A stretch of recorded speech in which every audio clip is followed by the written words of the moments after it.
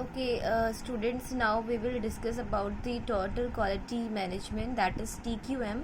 आपके सिलेबस में एक टॉपिक है TQM. ठीक, तो TQM is what? T for total, Q for quality and M for management. So total quality management, it is something when we combine the overall management framework like QC, QA. जब हम सब चीज़ को together एक साथ करके और implement करते हैं तो उसको कहते हैं टोटल क्वालिटी मैनेजमेंट. एक्चुअली जो आपका QA है वो एक अगर हम कहें तो QA जो है हिरार्की में मैनेजमेंट से नीचे आता है ना. यानी कि वो सिर्फ QC और प्रोडक्शन के लिए काम करेगा. ठीक है, मतलब उसको मॉनिटर करेगा. लेकिन मैनेजमेंट को भी, क्योंकि QA से ऊपर क्या है, मैनेजमेंट है. ठीक है, तो अब मैनेजमेंट को खुद भी एक ऐसे प्रोटोकॉल्स फॉलो करने पड़ेंगे और ऐसा इस तरह से काम करना पड़ेगा अपनी ऑर्गेनाइजेशन में कि ओवरऑल क्वालिटी मेंटेन हो सके. ठीक है, और ओवरऑल क्वालिटी को अटेन कर सके हम लोग. तो इसी चीज़ के लिए हम लोग टोटल क्वालिटी मैनेजमेंट के कुछ रूल्स हैं और इसका कुछ प्रिंसिपल है, उसको पढ़ते हैं. ठीक, तो total quality management is starting from A to Z. जब हम क्वालिटी की बात A to Z करते हैं, मतलब हम इसमें कुछ भी नहीं छोड़ते हैं. ठीक, फ्रॉम द मैनेजमेंट और हमारा लास्ट बिल्कुल लोअर हिरार्की तक हम क्वालिटी को मॉनिटर करते हैं या चेक करते हैं या फिर रेगुलेट करते हैं by different process. So total quality management की अगर मैं डेफिनेशन आपको समझाऊं कि TQM होता क्या है, तो देखिए, total quality management define as the technique to implement all system of management based on principle that every member of staff must be commit to maintain high standard of work in every aspects to provide value to customers by build quality in product. सो इसमें क्या होता है, देखिए, इसमें दो चीज़ें होती हैं टोटल क्वालिटी मैनेजमेंट में. चलिए इसको आगे भी पढ़ते हैं पहले. तो TQM involve different perspectives to enhance quality in continuity which satisfy customer for first time and every time. यानी कि यहाँ पे दो चीज़ें हैं. पहली, इसमें पार्टिसिपेशन होता है एवरी मेंबर ऑफ स्टाफ. यानी कि अगर आप कोई भी डिसीजन ले रहे हैं तो उसमें पार्टिसिपेशन होगा हर एम्प्लॉय का उस डिसीजन में. ये नहीं कि मैनेजमेंट ने या फिर जो अपर हिरार्की के की जो डेजिग्नेशंस हैं, हायर अथॉरिटीज़ हैं, उन्होंने कोई डिसीजन ले लिया, ऐसा नहीं होता. अगर आपको प्रोसेस से रिलेटेड कोई डिसीजन लेना है या कोई डेविएशन करना है प्रोसेस में, तो आपको लोअर हिरार्की के एम्प्लॉयज़ का भी इन्वॉल्वमेंट करना पड़ेगा अगर आप क्वालिटी की बात कर रहे हैं, क्योंकि आप रियल कॉज ऑफ एरर नहीं जान पाएंगे, है ना.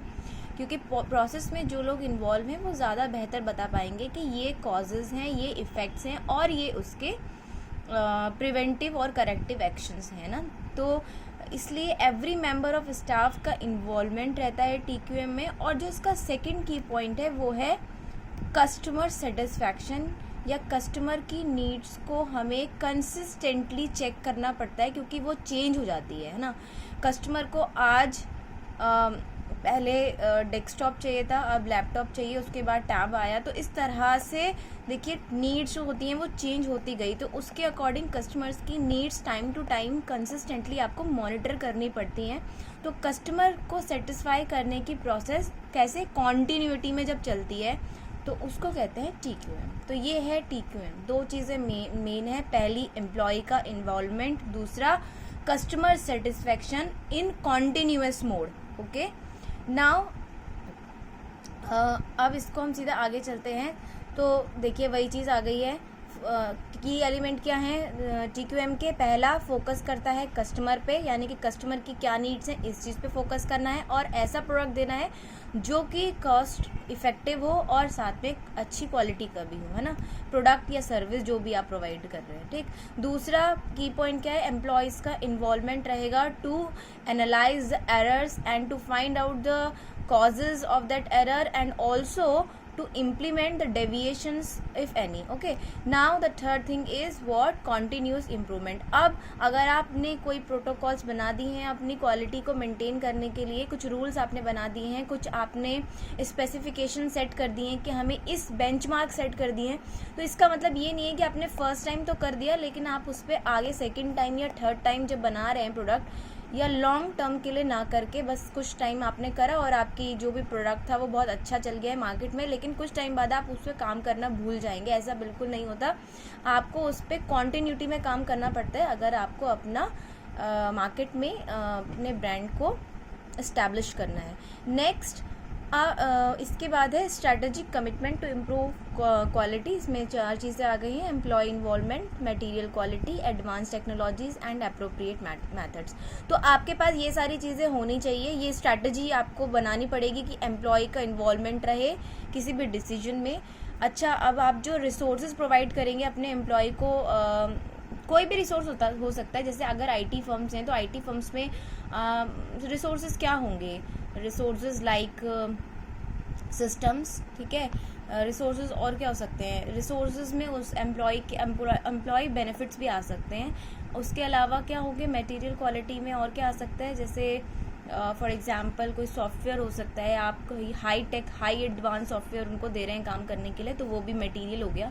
ठीक. अब अगर फार्मास्यूटिकल की बात करो तो अच्छा मटेरियल, आप जानते हैं इक्विपमेंट अच्छे होने चाहिए, एडवांस होने चाहिए, ठीक है. उनका वैलिडेशन टाइम टू टाइम होना चाहिए इंजीनियरिंग के थ्रू. तो ये होता है मटेरियल की क्वालिटी. अगर आप अच्छी प्रोवाइड करेंगे तो ऑटोमेटिकली प्रोडक्ट भी अच्छा ही आएगा. नेक्स्ट थर्ड, एडवांस टेक्नोलॉजीज होनी चाहिए आपके पास.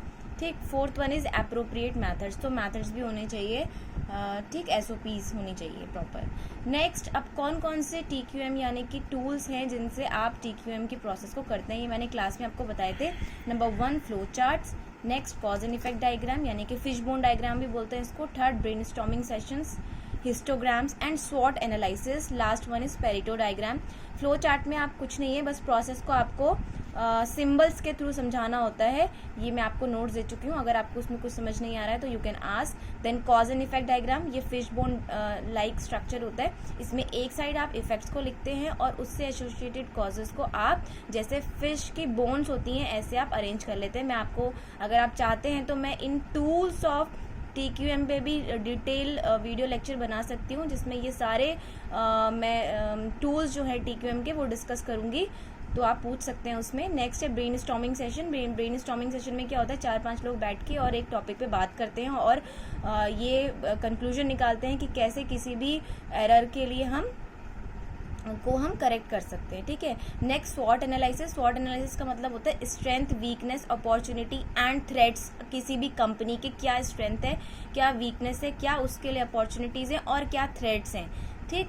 तो उसकी एनालिसिस करते हैं हम. नेक्स्ट 6th है पेरेटो डायग्राम. पेरेटो एक साइंटिस्ट थे, विल्फ्रेडो पेरेटो, जिन्होंने ये कहा था कि किसी भी कंपनी में छोटे छोटे जो एरर्स होते हैं वो बहुत ज़्यादा लॉस का कारण होते हैं. तो उनको ढूंढना, अगर हम उनको ढूंढ लें तो हम बड़े लॉसेस को कम कर सकते हैं. तो उन्होंने पेरेटो चार्ट के थ्रू ये बात समझाई थी. अब अगर आप चाहते हैं कि मैं TQM टूल्स पे लेक्चर बनाऊँ तो मैं बनाऊँगी, आप मुझे बताइए कमेंट सेक्शन में. Okay, thank you.